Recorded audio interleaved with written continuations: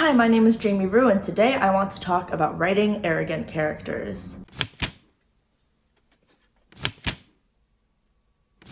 Okay, so we are well into the NaNoWriMo. I hope those of you who are participating are doing well. Leave comments down below if you are, or if you're not, then also leave comments down below. If you're doing NaNoWriMo, leave comments down below. I'm not doing NaNoWriMo this year, as I said in my last video, but I still wanted to make some writing videos this month just because I like writing videos. And today I want to talk about writing arrogant characters, which is a topic I wanted to talk about for a while, but I wasn't sure if I wanted to do it the way I wanted to do it, but I'm just gonna do it, and if you don't like it, I'm sorry. And the reason I was unsure about it is because today I'm talking about writing using movies as my examples rather than books, but I still think that the comparison works for books, so that's why I've opted to make the video anyway. So I'm going to be discussing Marvel movies today, a couple of them. I'm discussing a few controversial ones, and this was a controversial topic a while back. This isn't a discussion about necessarily gender. I just think that from a writing standpoint, this is what I saw when I saw these movies and saw the comparisons that people were making. So we're going to talk about Captain Marvel today, and we're going to talk about why so many people had a problem with her being an arrogant character. Okay, so this has spoilers for Captain Marvel, for Iron Man, for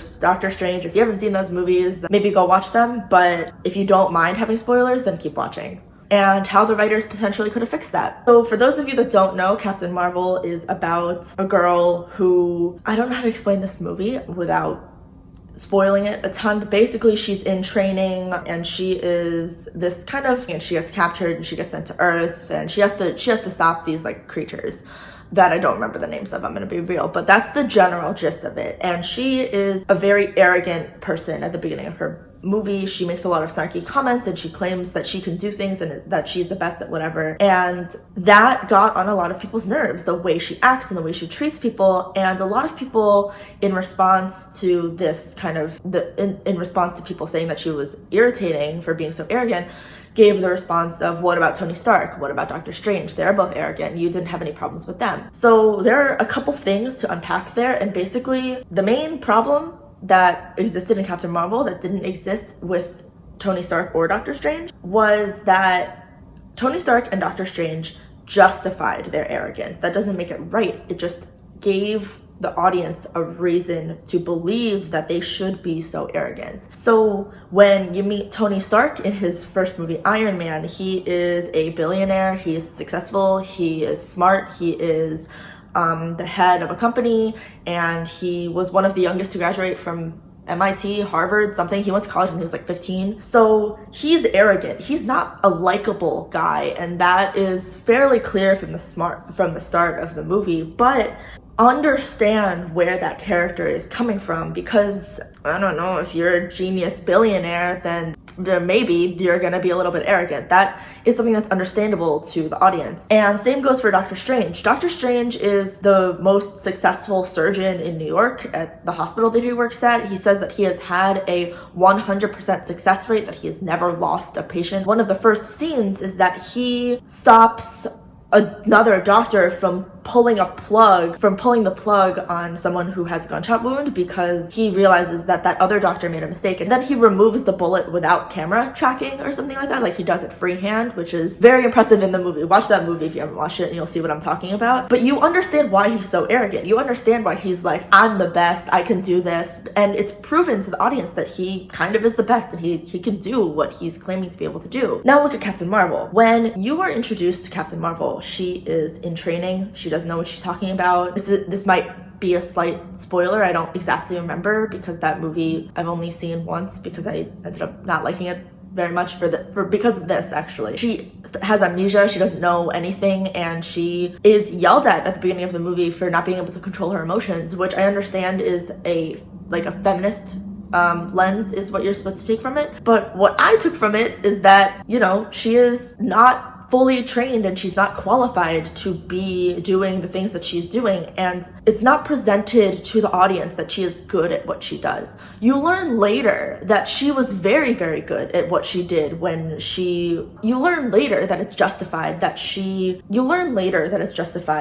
arrogant, because she was one of the greatest in the Air Force and she overcame all of this prejudice against her because she was a woman. And later, a sense of arrogance might be justified, but when she's first presented to the audience, she is not even who she was on Earth. She's a person who has been stripped completely of her identity. She doesn't know her name, and she doesn't know any of the things that she had done. So it doesn't make sense for her to still be an arrogant person, and it's not justified to the audience in any way until the middle of the movie, and then it's too late, and then the audience already has a very firm belief about the character, and that's that she's kind of a jerk and without any reason. People who watch Iron Man and people who watch Doctor Strange recognize that Tony Stark and Doctor Strange are both jerks. They don't go into the movie going, yeah, they're great people. Doctor Strange refuses to do surgery on someone because he's going to kill his success rate. And Tony Stark is a weapons manufacturer. No one thinks those are good things, but they're not as irritating as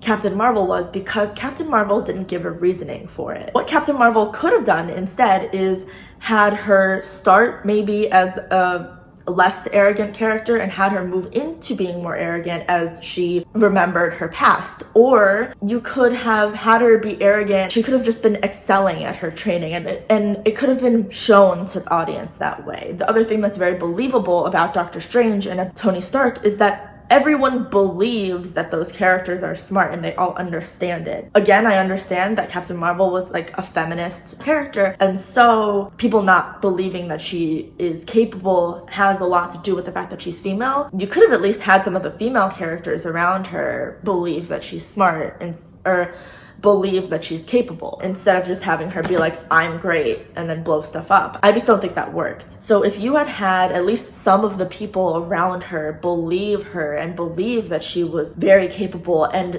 provided a reason for her to be so arrogant, I think that it would have just read a lot less abrasively. So I think that if you're trying to write an arrogant character, then you need to justify why your character is so arrogant. Generally, it's because your character is also smart, but it might be because of something else. It could be physical strength, for example. It could be just that they're very attractive, or that they're good with their words, or it could be anything. They shouldn't be good at something in order to be so arrogant. To give a more book-focused example of this, take the character Kaz Brekker from Six of Crows by Leigh Bardugo. That character is very arrogant, and he is kind of a jerk, but it's justified by the fact that he's so smart, and it's proven to the reader that he's so smart.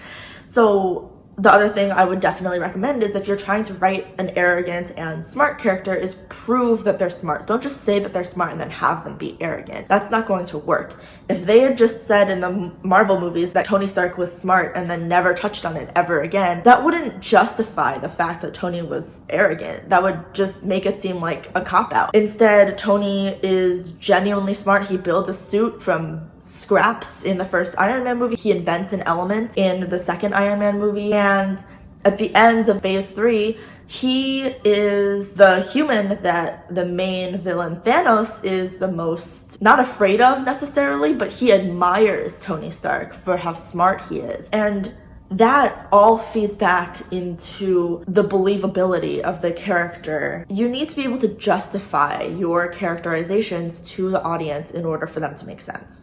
So I hope that this is advice that some of you can use during NaNoWriMo or during your regular noveling lives, or just writing lives if you're going for like a short story or something. And I hope that made sense. If you were a Captain Marvel fan, I'm sorry. I still liked the movie. It's just that I could have liked it more. Let me know what you thought about this video and the fact that I used a movie as an example instead of a book, or if that was okay. If you never want me to do that again, let me know, and hopefully I'll see you soon. Bye.